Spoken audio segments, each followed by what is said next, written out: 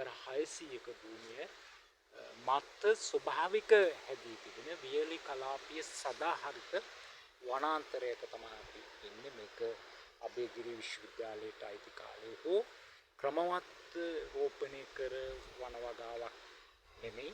මේක පසු කාලීන අවුරුදු දහස් ගාණක් මේ භූමිය අතහැර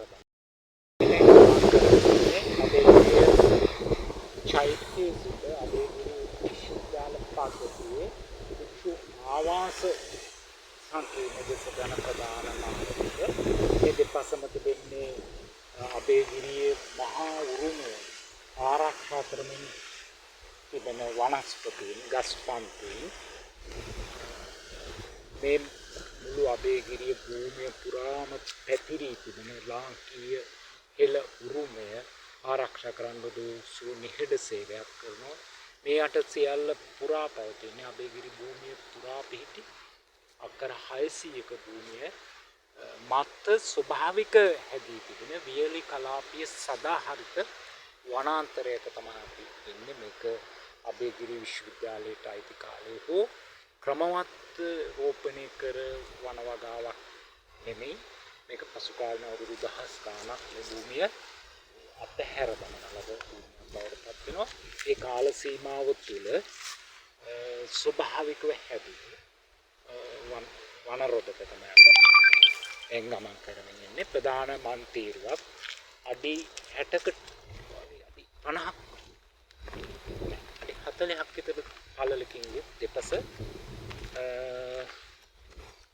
බැම්මක් පැවැත්වුණු බවට සාධක පේනවා. අඩි කියන්නේ 20 නෑ 20 අඩි 30ක්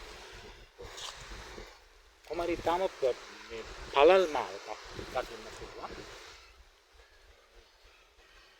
මේ නිර්මාණය කරද්දී පවායදලු දෙපසට වෙන්නේ එක අද විශ්වවිද්‍යාලයක පීඨසේ එදා මේ අබේගිරි විශ්වවිද්‍යාලයේ විවිධ අංශවලට අධ්‍යාපනය ලබාපු ශිෂ්‍යයන් ඉඳලා තියෙනවා. ඒ අය සඳහා විවිධ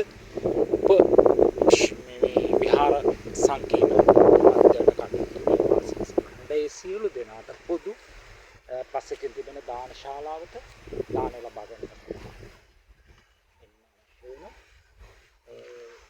මේකට ඇතුල් කිරීමේදී පවා අද උසස් පෙළ පරීක්ෂණය වගේ එදා මේ විශ්වවිද්‍යාලය මගින්ම පවත්වන ලබන දැනුම තීරණය කළ තමයි හැම ශිෂ්‍යයෙකුටම මේකට ඇතුල් වෙන්න බෑ. දැනුම තිබුණු ශිෂ්‍යයන්ට පමණයි මේ භූමිය විවෘත වෙන්නේ.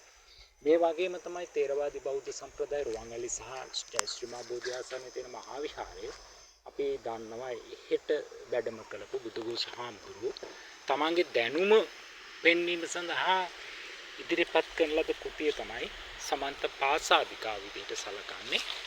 මහා විහාරයේ අධ්‍යාපනය ලබන්න තරම් ඉන්දියාවේ සිට පැමිණි භික්ෂුන් වහන්සේට දැනුම පරීක්ෂා ක්‍රම සඳහා ලබා දුණු විභාගයක් විදිහට තමයි සැලකනු ලබන්නේ.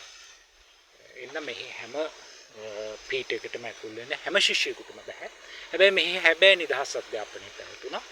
සියලු ශිෂ්‍යුන්ට අවශ්‍ය සියලුම පහසුකම් විශ්වවිද්‍යාල භූමිය තුල නොමිලේ ලබා දීලා තිබුණා. කැමරාව ඉල්ලුම් හිටුම් නවාතැන් මෙහි විශේෂ තැනක් වෙනවා ලහබත් කියලා පස්සේ.